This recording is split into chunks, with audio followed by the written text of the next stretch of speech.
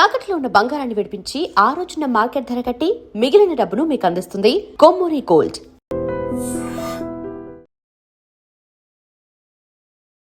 నమస్కారం, welcome to iDream media.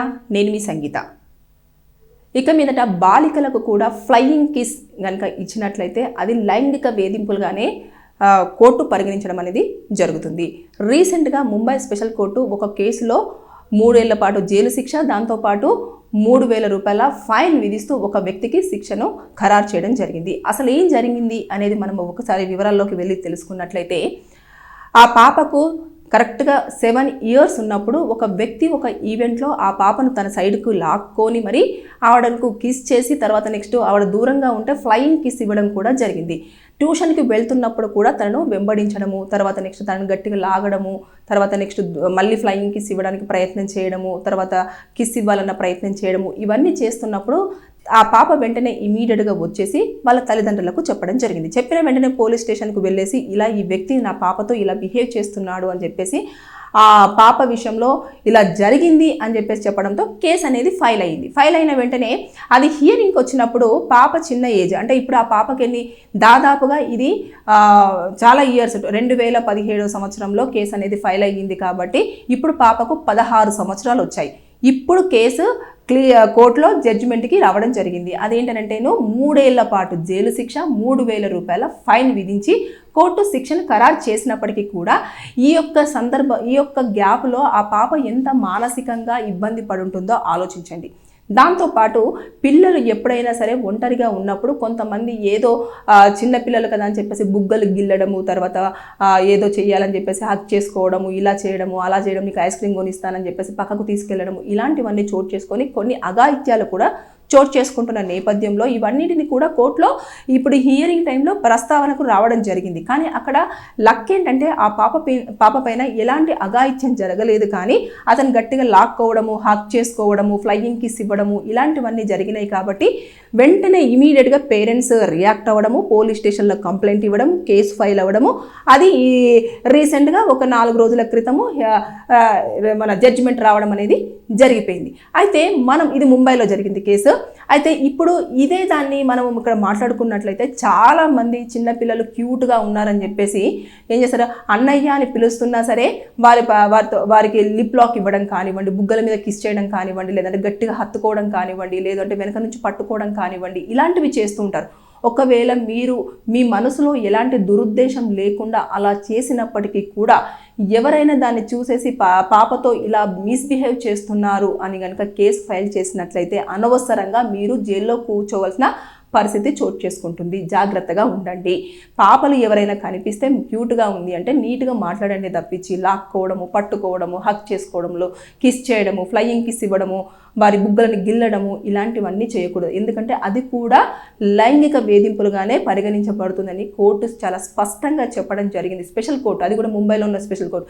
Special courts ఎందుకు involve అవుతాయంటే చిన్నపిల్లల విషయంలో. ఆ పాపకు అప్పుడు 7 ఇయర్స్ కాబట్టి 7 ఇయర్స్లో ఉన్న పిల్లల అంటే బిలో 18 ఇయర్స్ వరకు ఎవరైతే ఉంటారో వారందరికీ కూడా స్పెషల్ కోర్టు పరిగణలోకి తీసుకుంటుంది. ఆ కేసును తీసుకున్న తర్వాత వారి దగ్గర నుంచి కూడా ఇన్ఫర్మేషన్ పూర్తి స్థాయిలో తీసుకుంటుందంట. ఆ రోజు ఏం జరిగింది, ఆ వ్యక్తి ఏం చేశాడు, తర్వాత ఎలా బిహేవ్ చేశాడు, ఆ సమయంలో తను భయపడిన విధానం ఏంటి, ఆ విషయం చెప్తున్నప్పుడు తన కళ్ళల్లో భయం ఏంటి, తర్వాత బాడీలో షవరింగ్ ఏంటి, ఇవన్నీ కూడా అబ్జర్వ్ చేసిన తర్వాతనే ఆ పాప ఎంత మానసిక వ్యధకి గురయింది అనేది కూడా కోర్టు గుర్తించడం జరుగుతుంది. దాని నేపథ్యంలోనే ఈ కేసును ఎంతవరకు ప్రొలాంగ్ చేయాలి, లేదంటే ఈ మధ్య కాలంలో అయితే 3 to 6 monthsలోనే వారికి శిక్ష అనేది ఖరారు చేయడం జరుగుతుంది. కానీ ఇది అప్పటి నుంచి ఇప్పటి వరకు అంటే ఇక్కడ ఎలాంటి అఘాయిత్యాలు జరగలేదు. దాంతోపాటు ఈ ప్రూఫ్స్ అన్ని కూడా సబ్మిట్ చేయడానికి టైం పడుతుంది. ఎందుకంటే గల్లీలో సింగిల్గా వెళ్తున్న పాపను హక్ చేసుకోవడం కానివ్వండి, లాగడం కానివ్వండి, ముద్దు పెట్టడం కానివ్వండి, ఫ్లయింగ్ కిస్ ఇవ్వడం కానివ్వండి, ఇలా ఒక ఐ బ్లింక్ చేయడం కానివ్వండి, పాప చూడంగానే అంటే కన్ను కొడుతుంటారు అని చెప్పేసి అంటారు కదా, అలాంటివి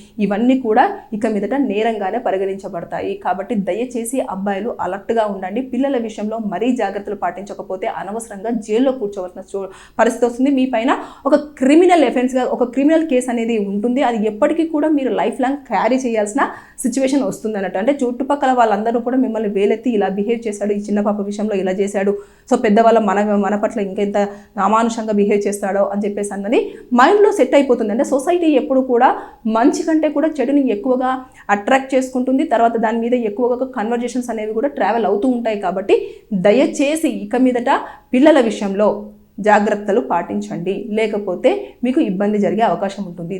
ఇకపోతే టీచర్స్ కూడా కొంతమంది ఎలా ఉంటారంటే ఇక్కడ పిల్లలు ట్యూషన్కి వెళ్ళినప్పుడు వాళ్ళు ఏం చేస్తారు, అమ్మాయిలు అబ్బాయిలు ఉంటారు. తర్వాత మేల్ టీచర్ అయినా ఉండొచ్చు, ఫీమేల్ టీచర్ అయినా ఉండొచ్చు. మేల్ టీచర్ ఏం చేస్తారు పిల్లల్ని, ఆడపిల్లల విషయంలో కొంతమంది విషయంలో చాలా స్పెషల్ ఇంట్రెస్ట్ చూపిస్తుంటారు.